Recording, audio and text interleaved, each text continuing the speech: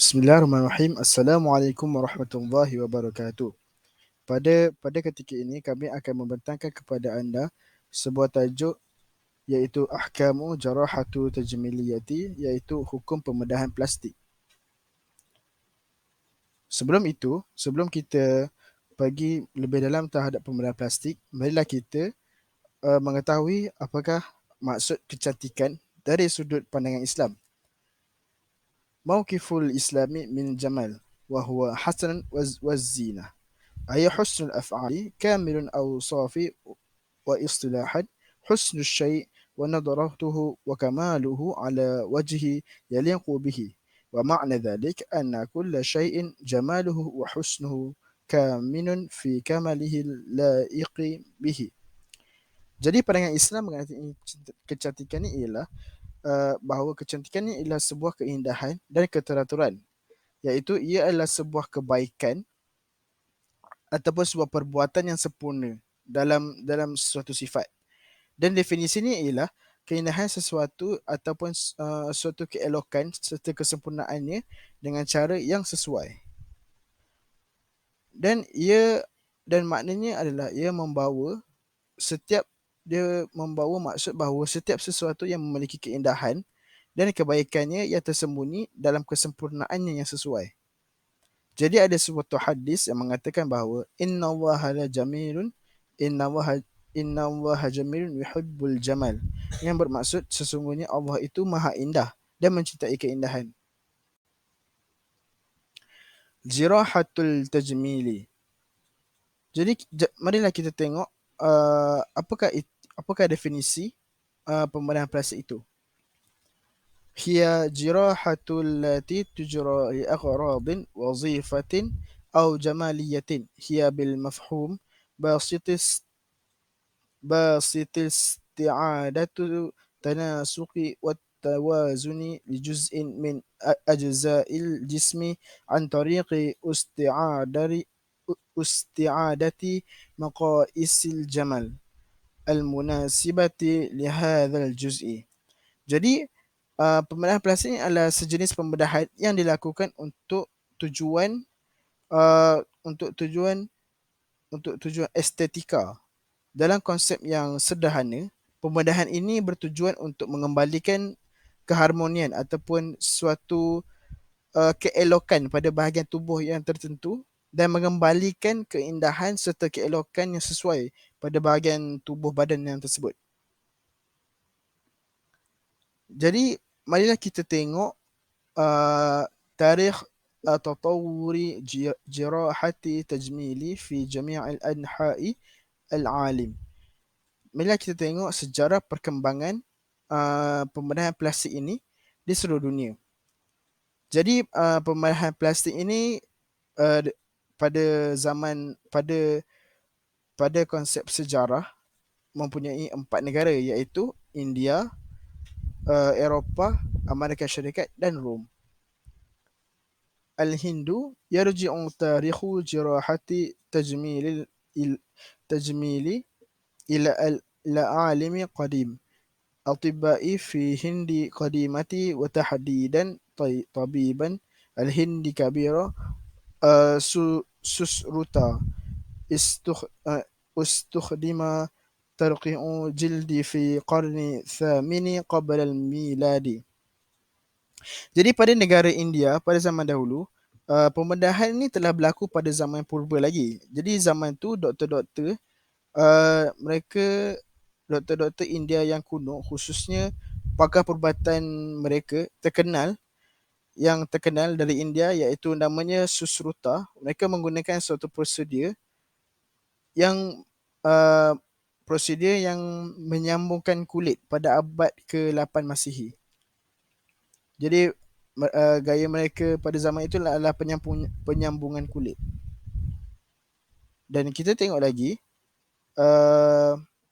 تمكن الرومان في استخدام تقنيات بسيطه مثل إصلاح الإضرار في آذان بدءا من قرن الأول قبل الميلاد. Jadi negara yang kedua adalah negara Rom. Jadi negara Rom ni dia mempunyai sebuah kemahiran yang menggunakan taktik-taktik yang mudah untuk memperbaiki kerosakan organ. Sepertinya memperbaiki kerosakan pada telinga yang bermula pada abad pertama sebelum Masihi. Seterusnya Uruba iaitu Eropah. في منتصف القرن الخامس عشر يقول الطبيب هنريش فان هنريش فان في وصف عملية صنع أنف جديد للشخص بعد أن أكلتها كلاب عن طريق استقطاع الجلد من منطقة خلف ذراع ووضعها مكانها. Jadi pada Eropah, pada pertengahan abad ke-15, sebuah doktor iaitu Dr. Heinrich, dia telah menggambarkan dalam sebuah penerangan prosedur ataupun kita panggil uh, prosedur perubatan, dia iaitu pembuatan hidung yang baru bagi seseorang yang telah digigit anjing ataupun uh, hidungnya telah cedera akibat gigitan anjing dengan mengambil kulit dari kawasan belakang lengan dan meletaknya di kawasan hidung tersebut. Jadi dia meletakkan kulit ni, dia ambil dan diletakkan di bahagian hidung yang cedera oleh gigitan anjing. Jadi negara last Amerika. Awalu tabibu tajmili huwa Dr. John بيتر بيتر ميتاور فقد أجرى أول عملية عام كليف بيلت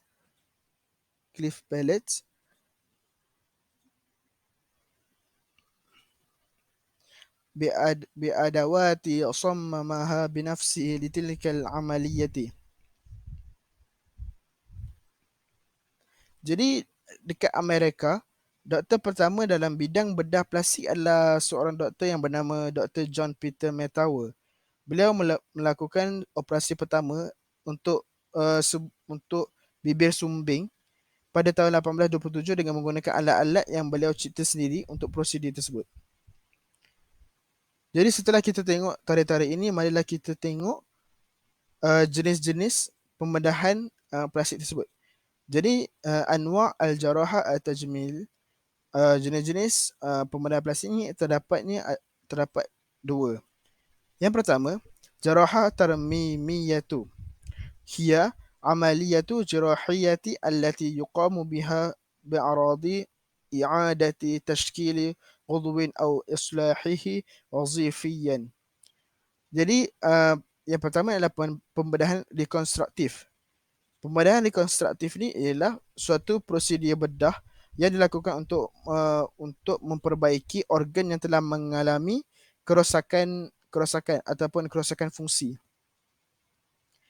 Yang kedua ialah jarahah tajmiliyah, hiya jirahatu mustakhdamatu li'adati tashkil ghudwin aw nasijin fi jismi ghairi mutanasiqi للابعاد وذلك حسب إرادة شخص ومدى تناسق عضوي مع الجسم.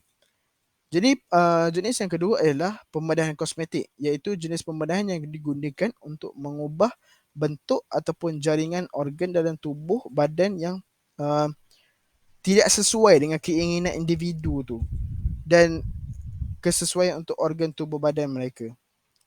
Jadi kat sini kita nampak bahawa jarahah tarmimiyah adalah suatu pembedahan untuk suatu organ yang rosak dan ingin diperbaiki fungsinya. Dan jarahah tajmiliyah ialah satu pembedahan yang dilakukan atas niat orang yang ingin dibedah tu. Maksudnya atas niat kecantikan, atas niat rupa paras yang cantik. Jadi kita boleh tengok kat sini antara contoh jarahah tajmiliyah dan jarahah tarmimiyah. Jadi tajraha tajmiliyah, kita ingat perkataan jamila kat situ maksudnya cantik. Jadi kat sini kita nampak perempuan yang pertama dia ingin membuat dia punya rahangnya lebih tajam. So dia buat pembedahan plastik di situ. Dan perempuan yang kedua adalah dia ingin membuat hidungnya lebih mancung. Jadi dia membuat pembedahan plastik di situ. Tetapi bagi jarahah tarmimiyah, bagi pesakit yang pertama di sebelah kanan, kita nampak bahawa pesakit itu dia mempunyai bibir yang sumbing. Jadi telah membuat prosedur pembedahan plastik untuk kita baiki bibir yang sumbing. Dan yang kedua merupakan seorang pesakit yang mempunyai kita panggil kecederaan di hidung dan membuat pembedahan plastik untuk memperbaikinya.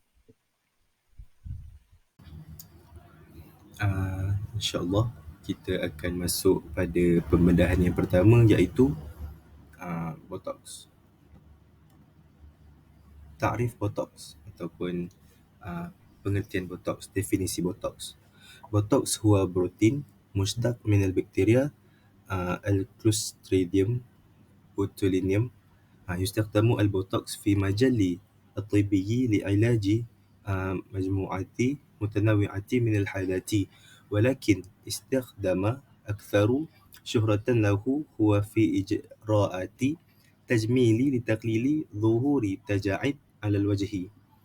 Maksud dia kat sini, Botox ataupun nama asal dia, Botox ni singkatan, jadi nama asal dia adalah botulinum toxin Botox. Merujuk kepada protein yang dihasilkan oleh bakteria Clostridium botulinum. Botox digunakan dalam bidang perubatan untuk merawat pelbagai keadaan. Tetapi kegunaan yang paling terkenal adalah dalam prosedur kecantikan untuk mengurangkan garis-garis kedutan pada wajah. Okay, seterusnya kita akan masuk pada mafhum Botox ataupun konsep Botox. Macam mana Botox ni berlangsung. Okay. حقن البروتين الذي يفرزه بكتيريا معينة كلوستريديوم بوتولينم في عضلات وجهية مسؤولة عن التجاعيد. هذا يؤدي إلى استراحة تلك العضلات وتقليل ظهور تجاعيد وخطوط دقيقة. Maksud ni macam mana Botox ni berlangsung, maknanya semasa Botox, Botox ni adalah penyuntikan protein yang dikeluarkan oleh bakteria tertentu, iaitu Clostridium botulinum, ke dalam otot-otot wajah yang bertindak balas terhadap kedutan. Hal ini akan mengakibatkan otot-otot tersebut akan berada dalam keadaan rileks. Dalam pada masa yang sama, dia akan mengurangkan kedutan serta garis-garis halus pada wajah. Jadi, seterusnya kita akan masuk pada ijra'at khassah bil Botox. Maknanya prosedur-prosedur Botox. Ini macam mana flow Botox tu dilakukan. Yang pertama, at-taqyimu at-tibbi, iaitu penilaian perubatan. Okay, maknanya keadaan pesakit tu dia akan dinilai dan kawasan-kawasan yang ingin dirawat menggunakan Botox akan ditentukan. Maknanya dia tak ada suntik terus. Maknanya dia akan tentukan dulu bahagian mana yang kena suntik. Jadi yang kedua, tanzifu wa tathiru, iaitu pembersihan dan sanitasi. Maknanya selepas dah kenal pasti tempat mana yang akan disuntik, otot-otot mana yang akan disuntik, dia akan kawasan yang telah dikenal pasti untuk disuntik akan dibersihkan dengan baik dan disteril untuk mengurangkan risiko jangkitan. Okay. Dan yang ketiga, takhbiru mantaqah, iaitu pembiusan kawasan. Kawasan yang telah dikenal pasti akan dibius untuk membantu mengurangkan rasa sakit dan ketegangan semasa prosedur Botox berlangsung. Dan seterusnya, yang keempat, haqnu Botox. Waktu ni lah baru Botox akan disuntik. Suntikan Botox. Botox akan disuntik secara lembut ke dalam otot-otot wajah yang telah ditetapkan dan telah dikenal pasti menggunakan jarum yang halus. Jadi yang terakhir ialah mutaba'ah, iaitu pemantauan. Maknanya dekat sini respon pesakit terhadap Botox akan dinilai dan hasilnya terus dipantau dari semasa ke semasa. Hal ini bagi memastikan keberkesanan botoks terjamin. Maknanya keberkesanan dia menjadi tu maksud dia berkurang. Seterusnya, wazifatul botoks, iaitu fungsi botoks, apa yang kita dapat daripada botoks ni. Okay. Yang pertama, takhfifu tawattur adalat wajhi, iaitu menjadikan otot-otot wajah akan menjadi relax. Dan yang kedua, taqlilu zuhuri khututi taja'id wa tajawif ala wajhi, iaitu dia akan mengurangkan garis-garis kerutan dan kerutan pada wajah. Dan yang ketiga, tahsinu mazhar intifakhat al-aini wa taja'if haula al-ainain. Maknanya kat sini dia akan memperbaiki tampilan kantong mata dan kedutan di sekitar mata. Seperti kata lain, kulit tu akan jadi cekang balik bahagian-bahagian yang senang berkedut Antaranya yang dibagi contoh kat sini, mata, sekitar mata. Dan yang keempat, taqlilu khututi taja'id alal jabbih. Maknanya kat sini dia akan mengurangkan kerutan pada dahi. Dahi kan macam kalau dah tu dia akan senang berkedut. Jadi maknanya bila dia suntik kat bahagian tu, dia akan cekang balik kulit tu. Okay, yang kelima, takhafiyatu litaja'if bainal hawajib.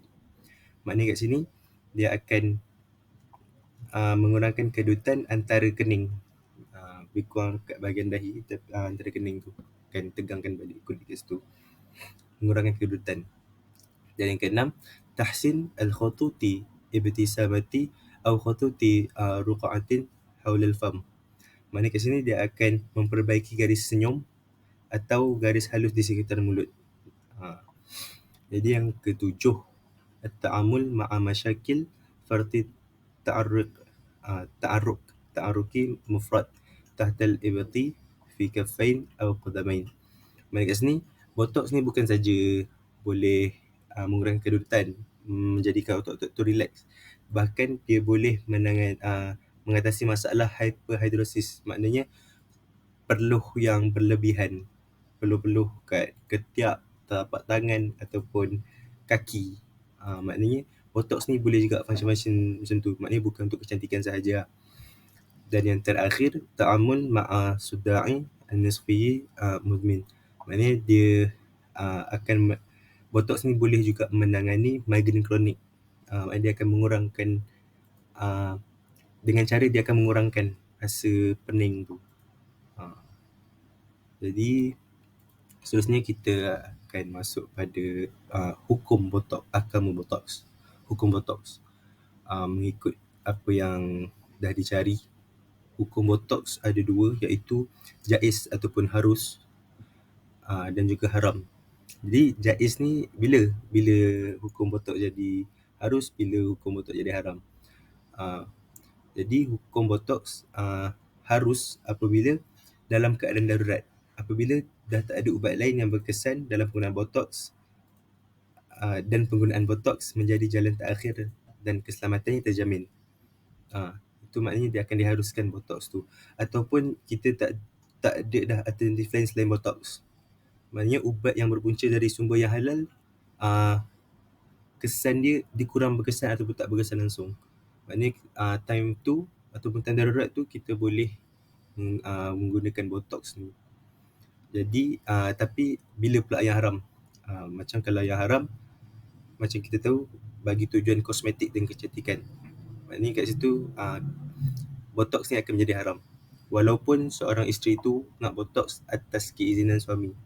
Macam kami dah jumpa dalam laman web Mufti, dia kata botoks dalam yang bagi bertujuan kosmetik dan kecantikan adalah haram walaupun dengan keizinan suami. Maksudnya suami bagi pun, suami suruh pun tak boleh, tetap haram.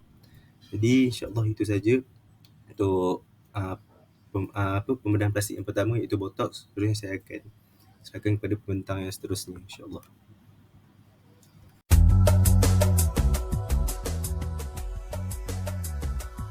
Injectables can be used to smooth out wrinkles and creases in your face.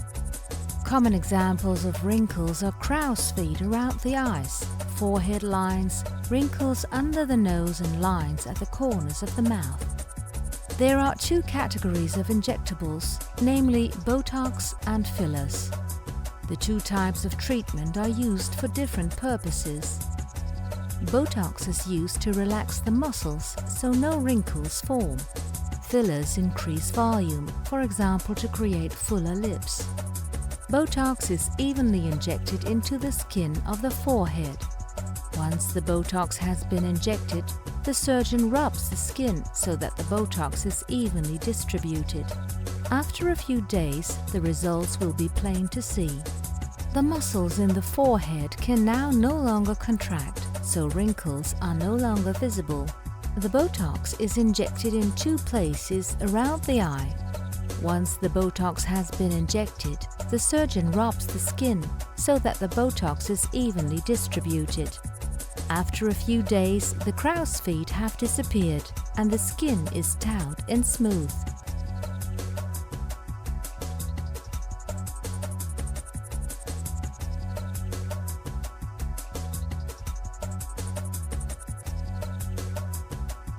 Excessive sweating can be caused by small nerves in the skin sending constant signals to the sweat glands. By injecting a small amount of Botox, it is possible to block this signal to the sweat glands. Small quantities are injected in various places, after which you will no longer have any problems with excessive sweating. The small nerves in the skin send a permanent signal to the sweat glands, and as a result, sweat is produced. By injecting a small amount of Botox, it is possible to block the signal. The small quantities of Botox are injected in various places into the skin, and you will no longer have any problems with sweaty hands. The face now has a smooth, natural look. Excessive perspiration in the hands and armpits is now a thing of the past. Do you have any questions or would you like to make an appointment with the Boerhaave Medical Center?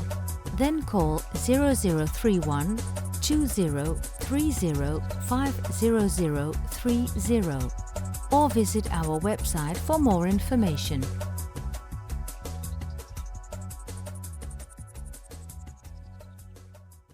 Bismillahirrahmanirrahim. Assalamualaikum warahmatullahi wabarakatuh.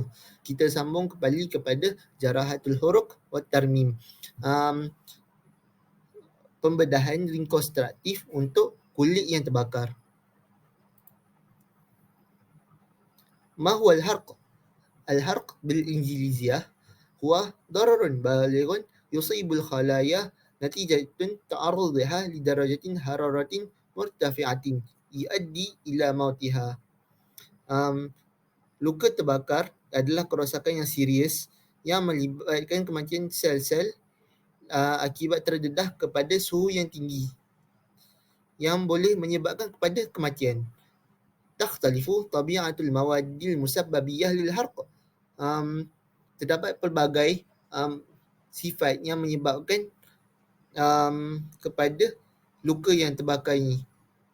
فهناك حروق نتيجة النار أو الماء الساخن. Antaranya ialah luka terbakar akibat api atau bahan yang panas, air yang panas. وحروق نتيجة الكهرباء. Luka yang terbakar akibat terkena elektrik. Waharqun bil mawadil kimiaiyah, ataupun yang melibatkan bahan kimia. Wa yumkinu huduthu huruqi natijati ta'arrudi li asyi'ati syamsi li fataratin tawilah, ataupun akibat terkena sinaran matahari dalam jangka masa yang lama.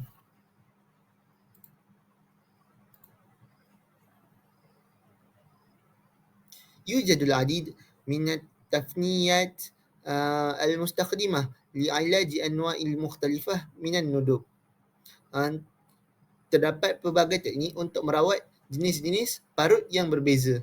يختلف نوع التفنية حسب حالة الندبة، ولكن بشكل عام يعتبر من المهم جدا معرفة أن عملية تجميل الحروق يجب إجرائها بعد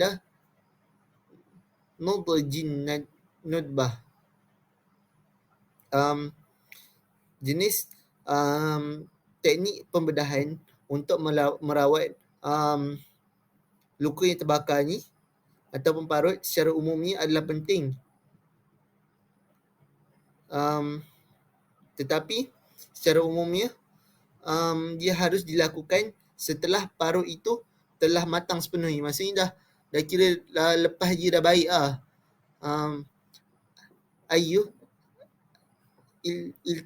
Ilta'amil harqi bisyakli kamil min khilali tarakumil maddah al-kulajin, iaitu sembuh sepenuhnya dengan pengumpulan kolagen, menjadikan parut itu padat dan keras dengan warna yang berbeza tanpa adanya kesan darah, salur darah. Kama la yumkinu ijra'il tadakhuli al-jarahi fi marhalati ta'afi lianna an-nudub ghayra nadiyah takunu ghaniyah bil aw'iyah ad-damawiyah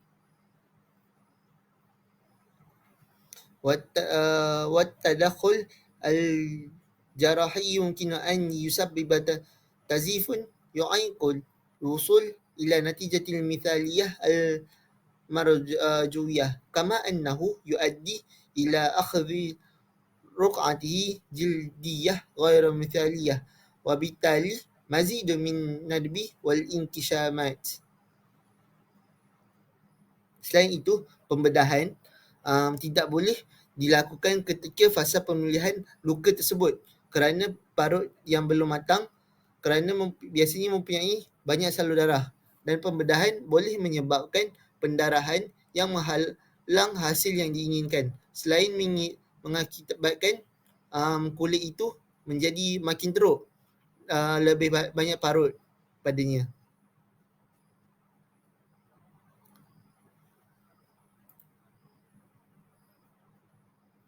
نتيجة لذلك فإن الوقت المناسب لإجراء عملية التجميل للهروق هو بعد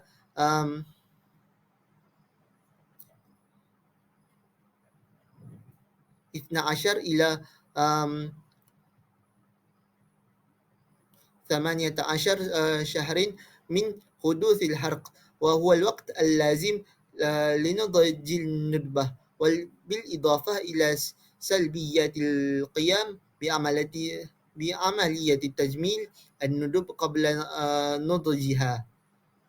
Okey. Oleh itu, untuk hasil yang paling optimum, pembedahan untuk membaiki luka terbakar ini haruslah dijalankan 12 hingga 18 bulan selepas terjadinya kebakaran, yang merupakan masa yang diperlukan untuk bagi parut untuk matang. Selain kelemahan melakukan pembedahan parut sebelum ia matang, parut yang belum matang juga responsif terhadap rawatan fizikal semula jadi. Maksudnya time dia belum matang, dia boleh baik sendiri lah, lebih kurang gitu. فإن الندبة غير الناضحة تكون أكثر استجابة للعلاج الفيزيائي الطبيعي.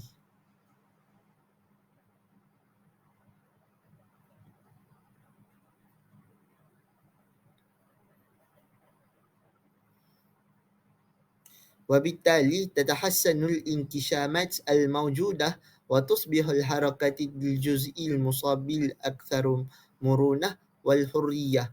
إعطاء هذا المدة من الوقت يعطي فرصة للندب الصغيرة والخفيفة لاختفاء وتحسن، فيقل عدد المناطق التي تحتاج لتدخل التجميل جراحي، ويزداد التركيز خلال العملية على المناطق المتضررة بشكل أكبر.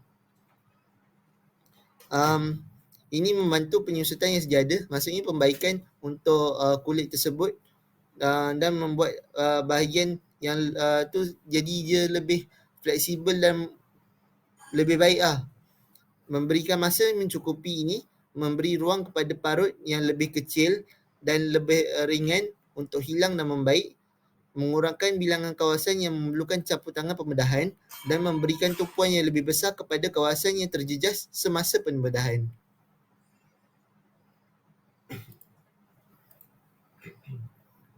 Ahkam jarahatul huruq wa tarmim. Oleh itu, hukum untuk pembedahan secara untuk luka yang terbakar jaiz, iaitu harus. Hal ini kerana ianya telah termasuk dalam maslahah ad-daruriyah, maksudnya memang keperluan untuk seseorang itu untuk melakukan pembedahan supaya dia dapat hidup dengan sempurna dan seperti sebelum dia terkena luka tersebut. Dan menurut ulama, pembedahan untuk membaiki kulit yang terbakar ini tidak dikira sebagai taghayyur li khalqillah, iaitu mengubah ciptaan Allah, kerana kita membaiki apa yang mencacatkan disebabkan terbakar itu tadi. Bismillahirrahmanirrahim. Seterusnya kita tengok kepada contoh, iaitu yang amaliyatu tajmili al-anfi, yang bermaksud pembedahan hidung ataupun kita panggil rhinoplasty. So, next. Tengok. Jadi, Rabbu al-anfi jirahatu tajri litaghayyiri syakli al-anf wa qad yakunu as-sababu fi ijra'iha taghayyira mazhari al-anf aw tahsin at-tanaffusi aw kullihima al-juz'u al-ulwi min al-anfi huwa al-azmah wal juz'u as-sufli huwa al-ghudruf faqad yujra fi jirahati rabbi al-anfi taghayyiru al-'azamati aw ghudrufi aw jildi aw thalathati ma'an. Jadi di sini dikata pembedahan hidung plastik ni adalah prosedur yang mengubah bentuk hidung. Jadi pembedahan ni dilakukan untuk memperbaiki penampilan hidung ataupun meningkatkan pernafasan ataupun kedua-duanya sekali. Jadi dia kata kat sini hidung kita terdiri daripada tulang, bahagian bawah dia pula adalah cartilage ataupun dipanggil tulang rawan. Jadi dalam pembedahan ni, pembedahan plastik ni, tulang, cartilage dengan kulit hidung tu ketiga-tiganya boleh diubah untuk dalam rhinoplasty ni. عند التخطيط لهذا الإجراء سيأخذ الجراح في الاعتبار ملامح الوجه الأخرى والجلد الذي يكسو الأنف والأمور التي ترغب في تغييرها. وإذا كانت جراحة رأب الأنف مناسبة لحالتك فسيضع جراح خطة مخصصة لك. Jadi maksudnya apabila merancang prosedur ni, pakar bedah tu akan mempertimbangkan ciri wajah kita sebagai pesakit ataupun pelanggan, dengan dia tengok juga kulit yang melindungi hidung dengan perkara yang kita sebagai pesakit dan pelanggan ni apa yang kita ingin buat. Jadi jika pembedahan hidung plastik sesuai untuk keadaan kita, ahli bedah akan menyusun pilihan khusus sebelum pembedahan berlaku. Jadi next.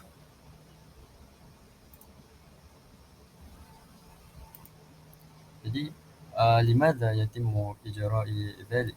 Kenapa pembedahan ini dilakukan? Okay. Yang pertama, yumkinu taghyiru hajmi al-anfi aw shaklihi aw ab'adihi. Ini maksudnya macam saiz, bentuk saiz, bentuk dan dimensi hidung kita tu boleh diubah. So maksudnya sebab pembedahan tu dia berlaku sebab dia study boleh nampak hidung kita ni boleh diubah dimensi dan juga bentuknya. Seterusnya, yumkin ijra'uha li-islahi mushkilatin natajat an isabah. Jadi kata kat sini boleh menyelesaikan masalah atau memperbaiki kecacatan yang berlaku disebabkan oleh kemalangan. Seterusnya, litashihi aibin khilqiyat. Maksudnya khilqiyat, maksudnya boleh memperbaiki kecacatan daripada lahir. Maksudnya dari lahir tu hidung dia tak lawa kan, tak cantik. So jadi pembedahan ni boleh tolong membentukkan balik hidung tu. Okay. Seterusnya litahsini ba'di mushkilatin tanaffas.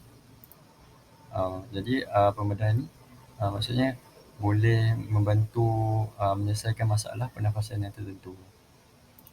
Jadi seterusnya kita akan tengok secara ringkas macam mana prosedur ni dia berlaku. Jadi seterusnya Hello. In this movie, I'll be telling you about Dr. Gunjal Oztuk's closed rhinoplasty operation. Due to improvements in technology, performing rhinoplasty without chisel and surgical hammer is possible. Your nose will be photographed in 8 different angles, and the possible after-surgery look of your nose will be displayed to you in 3D simulation. With closed rhinoplasty technique, nasal humps can be removed, nose tip can be lifted, curvature of nose bridge can be straightened, asymmetry in the nostrils can be fixed. Right along with those, if you have concha or deviation problems, they can be treated in the same session. Closed rhinoplasty technique won't leave any visible scars on the tip of the nose. Structure of nose contains nasal bone, upper alar cartilage, lower alar cartilage, and in the middle line nasal septum. Under general anesthesia, with intranasal chisels, upper and lower alar cartilages will be relocated in the middle part. Nasal hump will be removed without hammer by using special equipment. Following this process, nasal bridge will be rasped. After the hump is removed from the nasal bridge, right and left side of the septum will be cut vertically, and then double-sided horizontal cuts will be done at the top of the nasal bone. For achieving an aesthetic side view of the nose, upper side of the lower alar wings will be removed. After this step, cartilage grafts taken from the septum will be relocated either side of the upper septum. The vertical cartilage graft which will be placed in the nose tip and lower alar cartilages are shaped with stitches, thus looseness of nose tip and asymmetries of the nostrils are fixed. Cuts on the nose tip will be closed by the anatomically dissolvable stitches, therefore there will be no need for removing stitches. For the final touch of the aesthetic form, lower sides of the nasal bone will be cut downwards. Later, the gap in the nasal bridge will be closed by pushing both sides. For supporting the internal structure on the middle line, silicone leaflets will be placed in both nostrils. After the skin-colored special nasal strips are applied, operation will be finalized with placing thermoplastic splint on the nasal bridge. Now, if you wish, we'll show you before and after images. Nasal hump is removed. Nose tip looseness is fixed. Curvature of the nasal bridge is centralized. Asymmetry of the nostrils are fixed. To learn more, visit www.gunjaloztuk.com. Al-Ahkam, maksudnya hukum kita buat rhinoplasty ni, pembedahan hidung. Jadi sebenarnya ada 3 hukum pembedahan ni. Yang pertama adalah al-wajib. Sebab apa? Wajib jirahati lil halati al-harijah. Jadi dia wajib apabila ini maksudnya adalah pembedahan untuk kes-kes kritikal. Maksudnya bila dia melibatkan nyawa. Macam contoh bila kalau tak bedah tu mungkin akan mati sebab contohlah hidung tu dia tertutup ataupun dia tak boleh nak bernafas. Susah sangat nak bernafas sampai boleh menyebabkan kematian. Jadi dia jadi wajib untuk kita buat pembedahan hidung tu untuk memperbaiki pernafasan dia. Seterusnya adalah al-mubah untuk jirahati lil izalati al-uyub. Maksudnya untuk menghilangkan kecacatan yang menyusahkan. Maksudnya macam kalau dia tak adalah macam sampai tak buat tu tak hilang nyawa, tapi dia menyebabkan macam susah nak buat kehidupan seharian. Macam contoh di lahi hidung dia ada satu je lubang, lagi satu tu dia tertutup sikit. So dia jadi tak selesa dan susah nak kehidupan seharian lah. Jadi dia diharuskan. Yang seterusnya adalah al-haram. Al-haram ni untuk jirahati tajmiliyah. Maksudnya memang pure kosmetik. Kita tak ada kepentingan, tak ada apa, kita just rasa hidung ni tak straight lah, kita nak straightkan. Kita memang nak pure kecantikan, kosmetik tu je, tak ada kepentingan lain. Jadi dia jadi haram sebab kita mengubah ciptaan Allah. Jadi itulah untuk pembedahan hidung ataupun kita panggil rhinoplasty. Seterusnya saya akan menyimpulkan khulasah ahkam jarahah at-tajmiliyah. Jadi yang pertama al-butuks. Hukmuhu jaiz fi halat at-tawara wa fi halat admi wujud ayu dawa'u fa'alu akhar. Yu'tabaru istikhdami al-butuks khiyaran akhiran ma'a dhamani as-salamah. Jadi hukum botoks ini menjadi harus apabila ia berada di dalam situasi darurat. Ianya terjadi apabila tidak ada ubat lain yang berkesan dan penggunaan botoks ini adalah menjadi jalan yang terakhir untuk merawat pesakit, dan apabila untuk melakukan botoks ini keselamatannya terjamin, barulah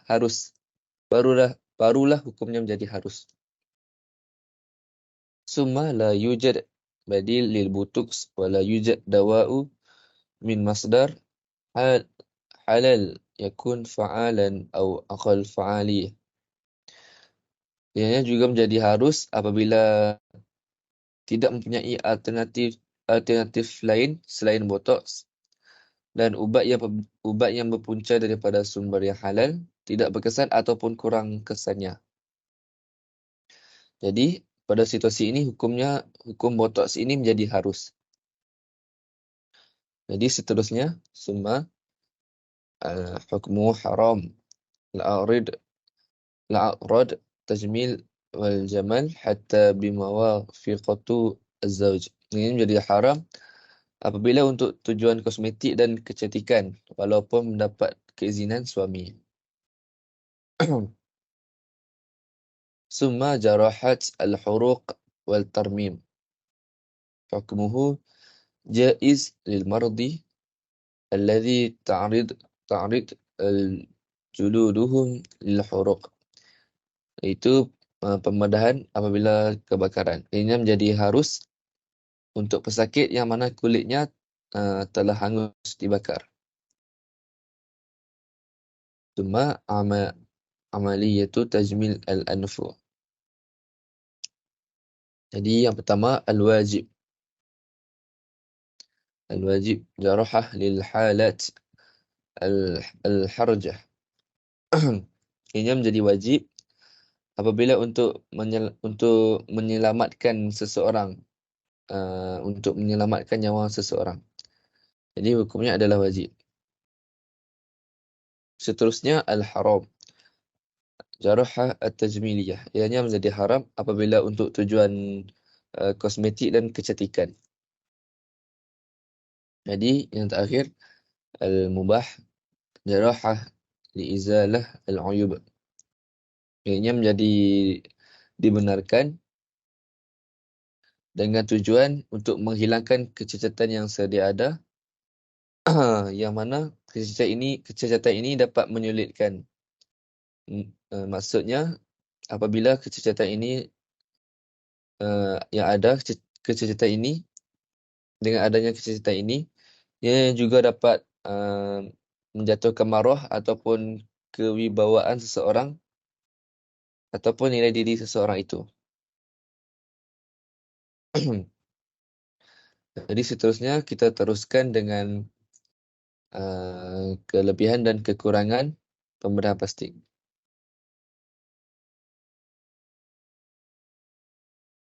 Yang pertama al-mizat jarahah at-tajmiliyah. Yumkinu an tusa'idu jarahah at-tajmiliyah fi tahsin al-mazhir al-jasdi lil shakhsi. Kebaikan yang pertama, ia dapat meningkatkan penampilan. Dengan pembedahan plastik ini, ia dapat bantu memperbaiki penampilan fizik yang mana seseorang itu telah rosak akibat kecelakaan ataupun kecacatan sedia ada. Jadi dengan ini, apabila pembedahan plastik ini berlaku, ia juga dapat meningkatkan kualiti hidup seseorang. Summa yusa'idu ala isti'adati wadhaif al-jismi al-matrur min hawadis atau uyub al-khalqiyyati atau al-amrad. Seterusnya, ia juga dapat membantu memulihkan fungsi tubuh badan yang mana telah rosak akibat kecelakaan ataupun cacat daripada semula jadi. Dengan ini, ia dapat membantu pesakit itu pulih secara fizikal dan emotion. Secara fizikal dan mental. Jadi yang terakhir, tahsin as-sihah al-aqliyah. Ianya juga dapat membantu menyihatkan kesihatan mental.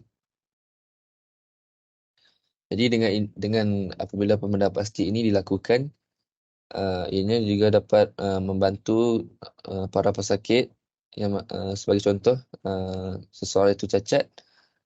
Jadi apabila dia dapat menerima rawatan pembedahan plastik, ia juga dapat meningkatkan keyakinan terhadap seseorang itu, yang mana seseorang itu dahulunya telah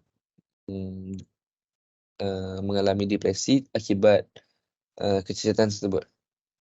Dengan adanya pembedahan plastik ini, ia dapat meningkatkan semula keyakinan dan memberi semangat baru untuk pesakit itu untuk terus hidup. Bukan pembedahan plastik. Al-uyub jarahah at-tajmiliyah. Al-awwal mahfufah bil makhatir al-maqadah. Iaitu, ia terlalu berisiko dan complicated. Apabila sesuatu pembedahan plastik ini berlaku, ia menjadi terlalu risiko yang tinggi dan dia punya prosedurnya terlalu complicated sehingga boleh menyebabkan peratusan kadar keberjayaan itu rendah. Jadi peratusan kegagalan itu tinggi, menyebabkan apa yang pembedahan yang apa yang kurasakan ini.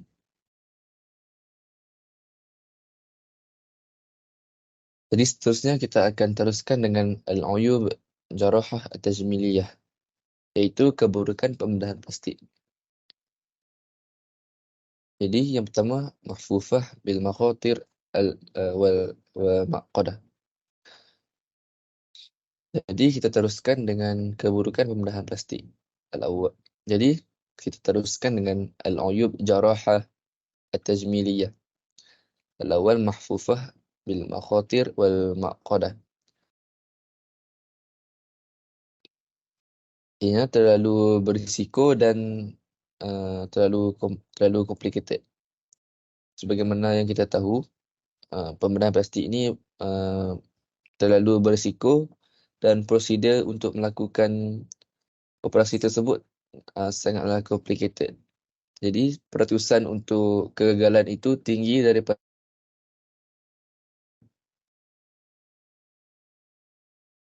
nata'ij ghairu mardiyah. Seterusnya, hasil yang tidak memuaskan. So, walaupun kita tahu pembedahan plastik ini menggunakan mesin-mesin yang canggih, jadi walaupun ada mesin canggih ini, ia juga tidak dapat menjaminkan kecantikan sebagaimana yang semula jadi diciptakan oleh Allah Subhanahu Wa Taala.